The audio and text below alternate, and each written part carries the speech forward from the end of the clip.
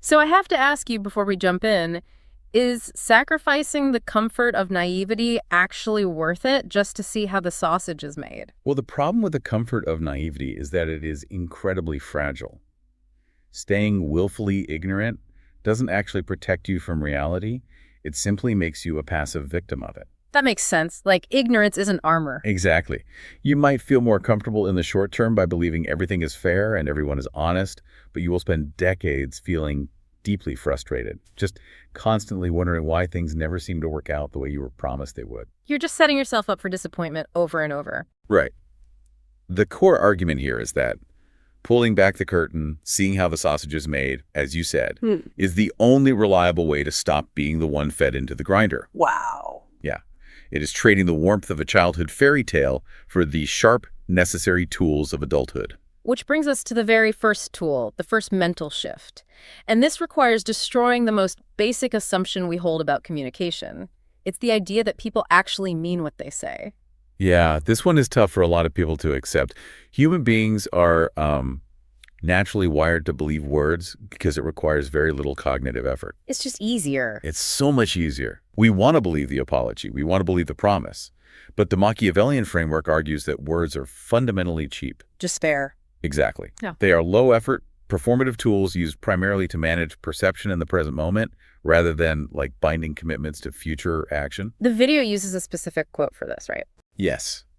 Machiavelli famously wrote, "Men are so simple and so ready to obey present necessities that he who deceives will always find someone ready to be deceived." That's pretty brutal. We practically volunteer to be manipulated. We really do. Yeah. Because the alternative, which is constant skepticism, feels like way too much work. I look at this the way I look at a restaurant menu. When you sit down, the words and the glossy, heavily photoshopped pictures on the menu, those are the promises.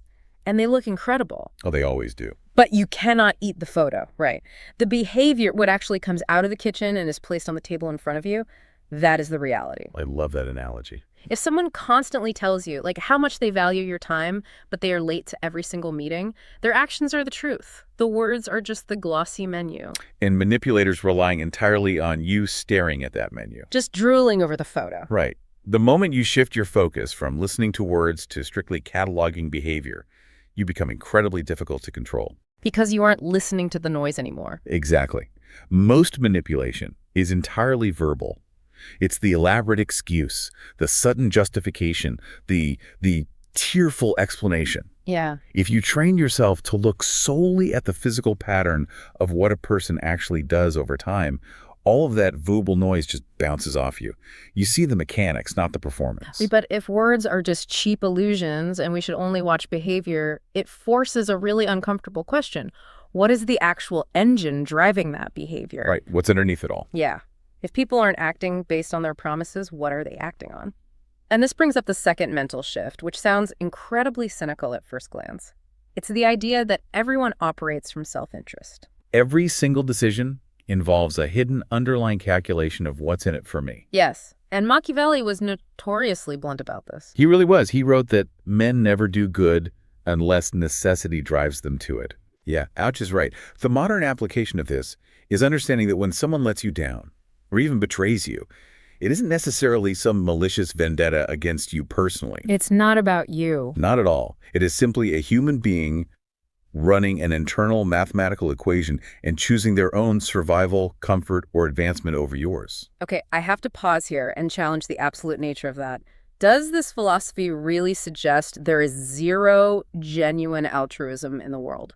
It's a very common question to have. Because if we look at real life, we see a parent sacrificing everything for a child, right? Or like a bystander jumping into a freezing river to save a total stranger. Are we really supposed to view those acts as cold, calculated, what's in it for me transactions? It is a crucial distinction to make. The framework isn't claiming that human beings are inherently evil or incapable of love. Rather, it's pointing out that human neurology fundamentally prioritizes survival. Okay, so it's biological. Yes. Even our most generous acts serve a profound internal purpose. Altruism might alleviate crushing guilt, or it might build a highly beneficial social reputation. Or in the case of a parent, I guess it serves the biological imperative to protect one's genetic lineage. Exactly. The goal of this shift isn't to judge human nature as morally bankrupt. The goal is to completely demystify it. So, accepting self-interest actually relieves a massive amount of pressure. Once you stop expecting selfless loyalty from your coworkers or your acquaintances, you stop being shocked when they prioritize themselves. You're no longer blindsided. Right. And more importantly, you stop feeling guilty for protecting your own boundaries.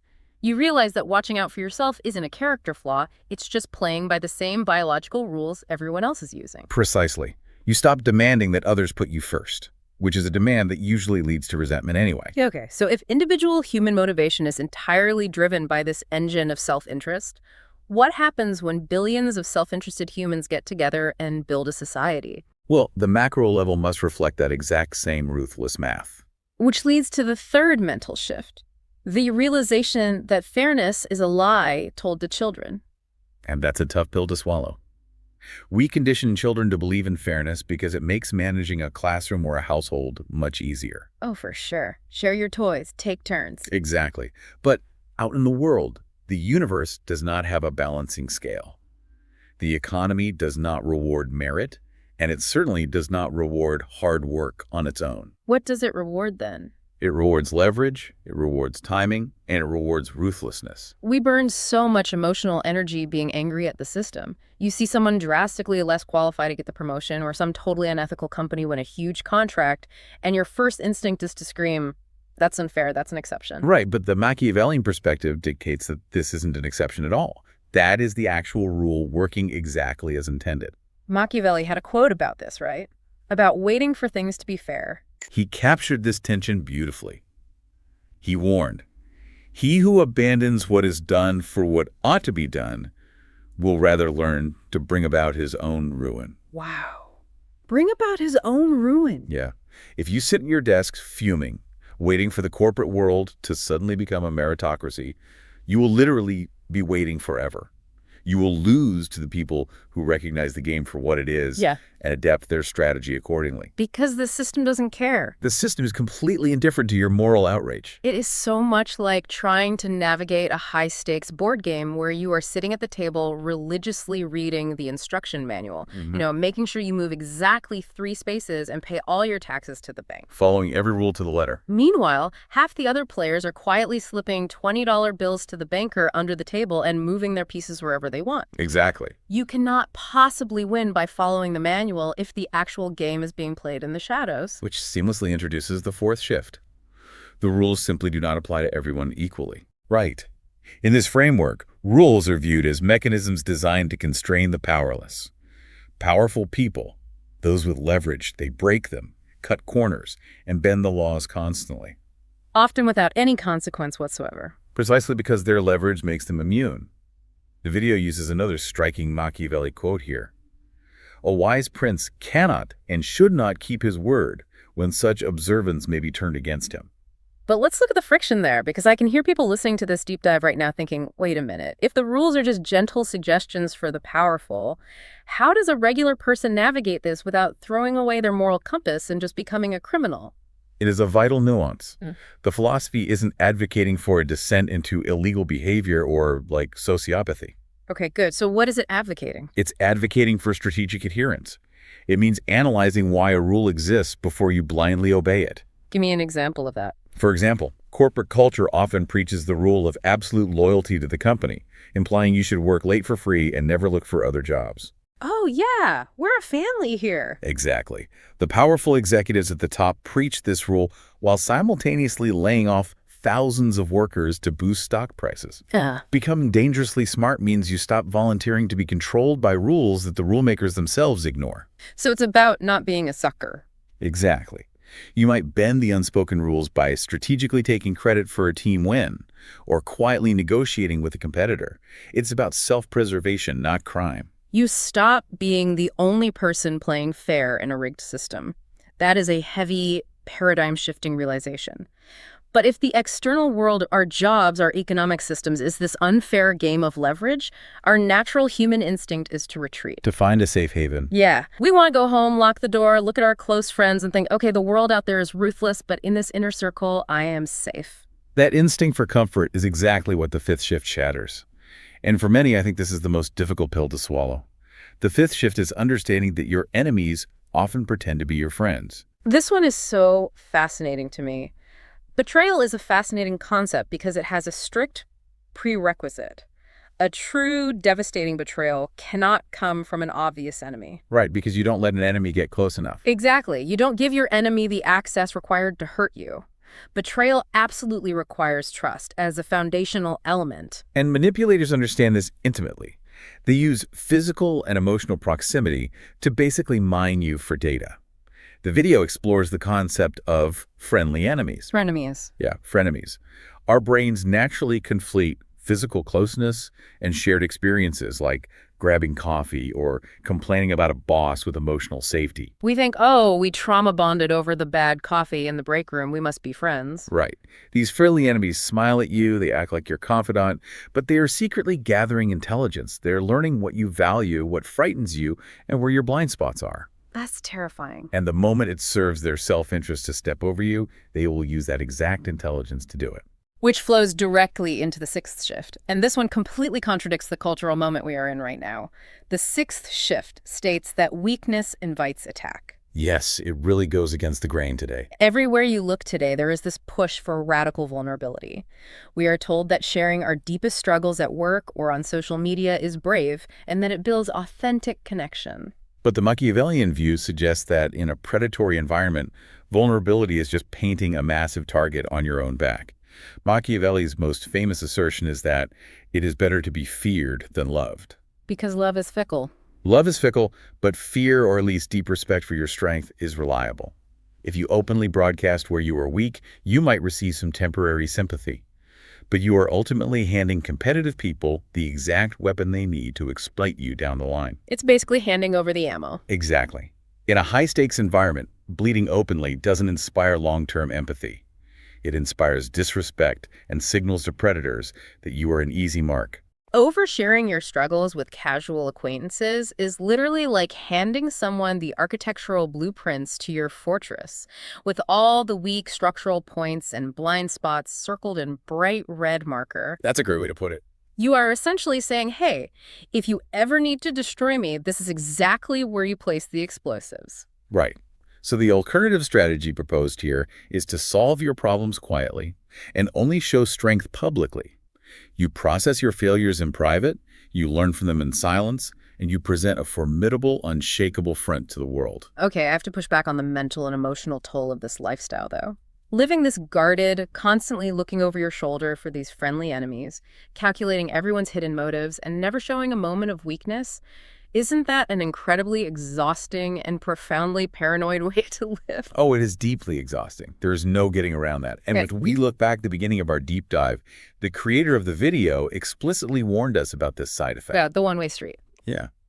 This knowledge breeds a certain type of loneliness. You become hyper-selective about who actually gets to see the real you. But the philosophical counter-argument is this. Yeah. What is the alternative? The alternative to this guarded exhaustion is the repeating trauma of being continually blindsided, used, and discarded. You are ultimately choosing between the controlled discomfort of hypervigilance and the devastating pain of being a victim. At this point, I wouldn't blame anyone listening for thinking, this sounds utterly miserable. I want no part of this. I'm going to take my ball and go home. I absolutely refuse to participate in such a manipulative, cutthroat reality. I'm sure a lot of people feel that way. But the seventh and final shift proves why walking away is actually the most dangerous choice you can make. It's the realization that you are in a game whether you play or not. Refusing to be strategic does not make you morally superior. It does not elevate you above the fray or grant you some protective aura. It simply means you are a piece on the board rather than a player moving the pieces. So just a pawn. Exactly. The people around you who are getting ahead are building alliances, calculating leverage, and thinking 3 moves ahead. If you keep your head down, do good work, and hope the universe rewards your quiet nobility, you are the exact person they are playing against, and you don't even realize the match has started. It's like sitting quietly in the center of a chessboard, folding your hands in your lap, and declaring yourself a pacifist. Right. Your pacifism doesn't physically stop your opponent from sliding their knight across the board and capturing your pieces. The rules of the game are acting upon you, regardless of your personal philosophy. To survive this inescapable game, the Machiavellian framework highlights a dual nature that everyone must cultivate. It uses a very famous metaphor. You must be a fox to recognize traps and a lion to frighten wolves. So it requires the integration of two entirely different skill sets. Yes. But balancing those two seems like a tightrope walk. Does one take precedence over the other on a daily basis? How do we actually deploy the fox and the lion? The fox absolutely has to come first. The fox represents elite situational awareness. Yeah. You cannot frighten the wolves if you don't even see the trap they've meticulously laid out for you. Right. You have to see it first. You have to be able to read the room, understand the hidden motives, see past the cheap words, and recognize the brutal reality of the situation. But the fox alone is insufficient. Because then you're just watching it happen. Exactly. If you have the brilliant awareness of the fox, but you lack the strength, the boundaries, and the ruthlessness of the lion to actually push back and enforce your will, you are, as the creator brilliantly puts it, just losing with your eyes open. Oh, wow. Losing with your eyes open. You know you're being played, but you lack the teeth to stop it. You have to start feeling guilty for positioning yourself to win. So we've essentially stripped away the fairy tale here today. We've replaced the comforting illusion of inherent fairness and guaranteed loyalty with the harsh reality of self-interest, leverage, and hidden enemies. Quite the journey. We've gone from trusting words to cataloging behavior. Your brain has officially been downloaded with the code to see the matrix. The burden now is what you choose to do with this new perspective. You wanted to cut through the noise, to become dangerously smart, and now you have the toolkit. The philosophy challenges you to look closely at your own life right this very second. Who in your circle is constantly saying one thing but doing another? Where are you expecting fairness? Yes. Where are you secretly harboring burning resentment because you are demanding fairness from a fundamentally unfair system? Which game at your job have you been stubbornly refusing to play, only to watch less talented people pass you by? The creator of the video has a very specific call to action here. They suggest that if the veil has truly been lifted for you today, you should mentally type, "I see it now," in the comments of your own life. It is a really powerful acknowledgement. It is the moment you transition from the piece to the player. It is. But I want to leave you with a completely new thought to ponder, something that builds on everything we've just unpacked. This framework tells you to use this Machiavellian knowledge to play offense and defense so you can finally win the game. Right. But think about the macro implications of this. If everyone who becomes dangerously smart starts playing the game purely for their own self-interest, hiding their weaknesses, bending the rules, and viewing everyone as a potential threat, do we just accelerate the exact ruthless, paranoid world we are all so desperately trying to survive in? That is the big question. Does mastering the Machiavellian game actually guarantee that you win, or does it just guarantee that the game never ever ends? Keep your eyes open, watch what people do instead of what they say, and whatever you do, keep questioning the rules of the game.